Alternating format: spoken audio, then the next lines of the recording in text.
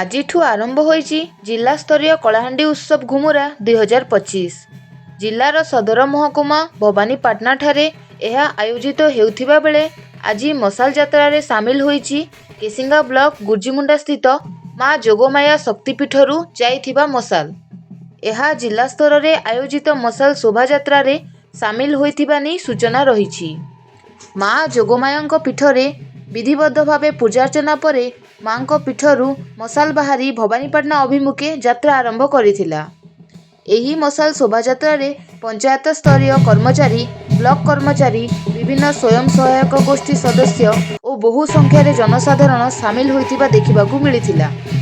ସୂଚନା ଅନୁଯାୟୀ ଜିଲ୍ଲାସ୍ତରୀୟ କଳାହାଣ୍ଡି ଉତ୍ସବ ଘୁମୁରା 2025ର ଲୋଗୋ ଉନ୍ମୋଚନ କାର୍ଯ୍ୟକ୍ରମ ମଧ୍ୟ ଏହି ମା ଯୋଗମାୟା ପୀଠରୁ ହିଁ ଆରମ୍ଭ ହୋଇଥିଲା।